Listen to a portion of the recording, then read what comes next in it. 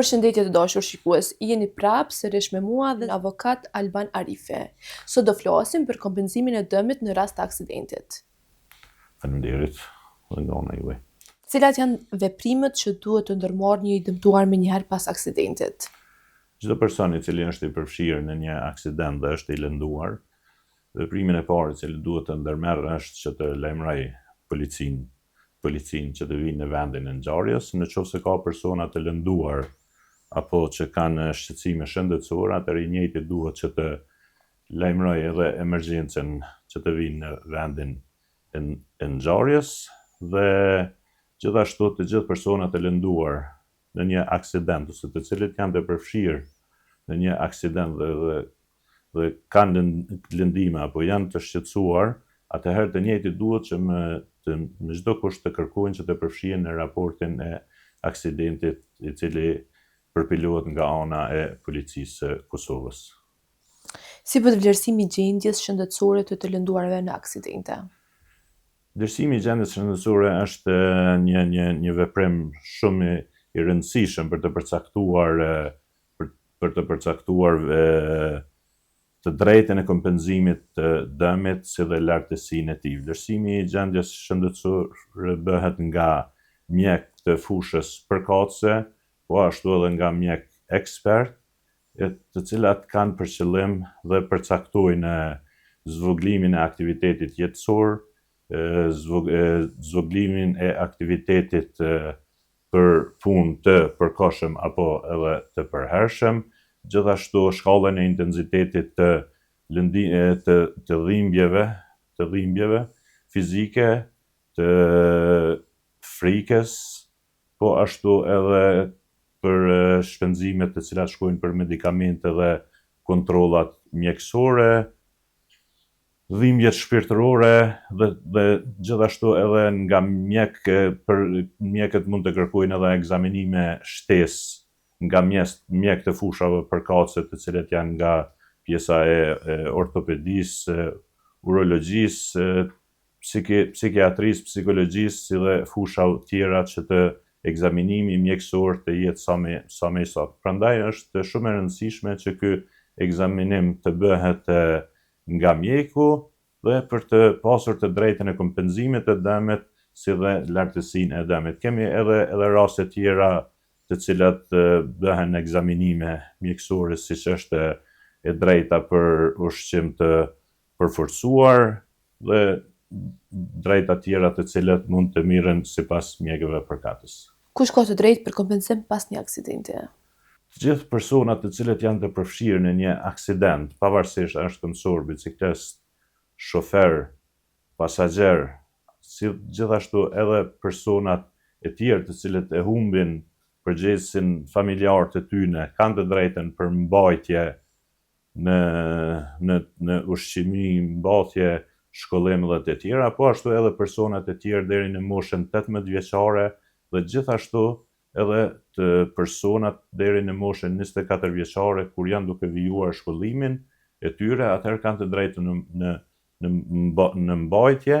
dhe mirë po duhet të argumentohet në bazë të dokumentacionit. Cilat janë shkaktarët më të shpeshtë të aksidenteve?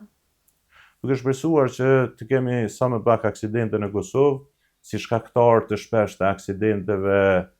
janë kushtet atmosferike, janë shpejtësia e madhe, cila zhvillohet në komunikacion, vozitja e shoferëve të cilët janë në ndikimin e lëndëve narkotike, droga, vozitja në ndikimin e alkoolit, si dhe shumë faktorë të tjerë siç është edhe kushtet e rrugës. Kush është përgjegjës për dëmin individual dhe të përbashkët dhe nga kush kërkohet kompenzime? Përgjegjës për dëmin e shkaktuar gjithmonë është shoferi i cili nuk ka respektuar rregullat e komunikacionit dhe ka ardhur deri te shkaktimi i aksidentit, atëherë është përgjegjës shoferi. Mirë, po të pjesa e kompenzimit të dëmit, atëherë shoferi nëse ka qenë i pajisur me policë të sigurimit, të gjitha dëmet të cilat i shkaktohen të lënduarve apo palëve të dëmtuara, atëherë i merr përsipër kompania e sigurimeve e cila i mbulon shpenzimet. Në rast se një shofer i një veture nuk ka policë të sigurimit, atëherë shpenzimet i mbolon Byroja Kosovare e Sigurimeve, dhe këto shpenzime bëhen edhe në rastet kur automjeti është larguar nga vendi i veturës dhe nuk mund të identifikohet se kush ka qenë shofer ose vetura cila ka shkaktuar aksidentin. Atëherë edhe këto mbulohen nga Byroja Kosovare e Sigurimeve. Sigurisht që Byroja Kosovare e Sigurimeve ka të drejtën e kërkesës ndaj shkaktarit të aksidentit i cili nuk ka pasur policë të sigurimit që të kërkoj regres dhe t'i kthehen të hollat të cilit i ka paguar në emër të dëmit të cilin e ka shkaktuar ky person. Cilat janë llojet e dëmit? Llojet e dëmeve për të cilat mund të kërkohet kompenzim nga ana e kompanisë së sigurimeve ndahen në dy kategori, të cilat janë dëmi jo material dhe material. Në këto dy kategori përfshihen njësër të drejtash për kompenzimin e dëmit, ku ndërto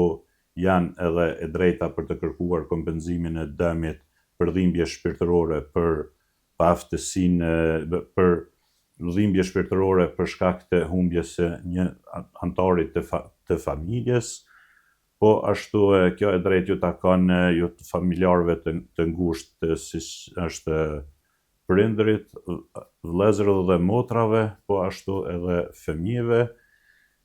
Frika për shkak të lëndimeve të pësuara nga aksidenti, shëmtimi i pësuar, dhimbje shpirtërore për shkak të vdekjes së vëllezërve dhe motrave nëse ka ekzistuar bashkëtesa në mes të tyre në momentin kur është shkaktuar aksidenti, po ashtu edhe mbajtja e humbur e antarit familjarëve të cilët gëzojnë të drejtën që të përfitojnë në bazë të rentës mujore për shkak të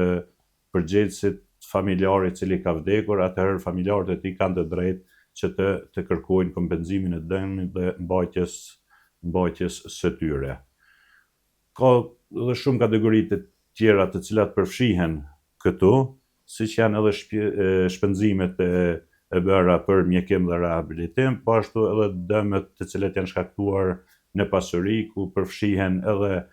dëmtimet e rrobave, gjëra personale siç është telefoni, laptopi, po edhe gjëra tjera personale të cilat kanë mund të dëmtohen. Gjithashtu duhet cekur se të drejtën e kompenzimit të kanë edhe familjarët apo personat të cilët i kanë paguar shpenzimet e varrimit, po ashtu edhe për ndërtimin e përmendores kanë të drejtën që të kërkojnë kompenzim, ku vlera është për pjesën e shpenzimet e varrimit paguhet 1.000 euro, ndërsa 1.500 euro, ndërsa për pjesën e ngritjes së përmendores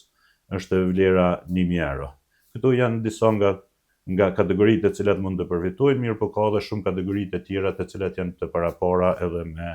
me legjë dhe rregullore. Pa kompenzohen shpenzimet e trajtimit dhe rehabilitimit? Po, gjithmonë këto shpenzime duhet të argumentohen me dokumente mjekësore, vizitat mjekësore dhe çdo shpenzim i cili krijohet me rastin e kontrollave mjekësore, vizitave, blerjes së medikamenteve dhe të gjitha këto, atëherë kompenzohen nga kompania e sigurimit, mirë po duhet pasur parasysh se të gjitha këto duhet të posedojmë dokumentacion si për kontroll blerjen e barnave, medikamenteve, dhe në bazë të tyre atëherë ne mund të drejtohesh kompanisë sigurime me një kërkesë duke ja bashkangjitur të gjitha provat dhe të kërkosh kompenzimin për këtë kategori. Si realizohet e drejta për kompenzim për kujdes dhe ndihmë të huaj? E drejta gjithmonë në rast të aksidentit dhe është humb aftësia e personit për shkak të lëndimeve të pësuara, atëherë i njëjti ka të drejtë që të kërkoj që një kujdes nga një person tjetër, duke marrë parasysh duke filluar nga ushqimi, nga lëvizjet, nevojat fiziologjike, lëvizjen jashtë brendit, atëherë personi ka të drejtën që të kërkojë ndihmën e personit të huaj. Mirë po gjithë kjo duhet të vërtetohet në bazë të dokumentacionit mjekësor që i njëjti nuk është i aftë që të kryej nevojat e veta personale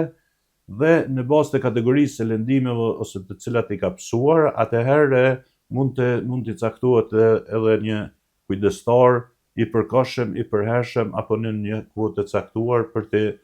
të kujdesur për të. Kur lind e drejta për kompenzim për ushqim të përforcuar? Gjithmonë edhe kjo pas kontrollave mjekësore, nëse i njëjti ka nevojë për ushqim të përforcuar ku përfshihen edhe ushqim në bazë me vitamina ose ushqim i kategorisë së veçantë për shkak të trajtimit mjekësor dhe shërimit sa më të shpejt, atëherë i njëjti ka të drejtë që të kërkojë ushqim të përforcuar dhe kjo mund të lejohet nëse mjeku i fushës përkatëse e parashet që personi i lënduar duhet që të merr një ushqim adekuat, jo ushqim të zakonshëm me të cilin ushqehem çdo ditë si persona të shëndosh. Kush ka të drejtë për kompenzim për dhimbjet shpirtërore si pasojë e shëmtimit trupor? Të drejtën për kompenzim për dhimbje shpirtërore ka personi i lënduar, i cili ka pësuar shëmtim dhe dëme estetike, atëherë i njëjti ka të drejtë që të kërkojë kompenzim, po ashtu kur janë të intensitetit të lartë, kanë të drejtë që të kërkojnë edhe familjarët e tyre kompenzim në këtë rast, për shkak se të njëjtit e përjetojnë shumë rënd pamjen, shëmtimin dhe dëmet të cilët janë shkaktuar bashkëfamiljarit të tyre. A kanë të drejtë familjarët për kompenzim në rast fatalitete? Gjithmonë familjarët kanë të drejtë për kompenzim nëse njëri nga bashkëfamiljarët e tyre, bashkëshortja, fëmijët,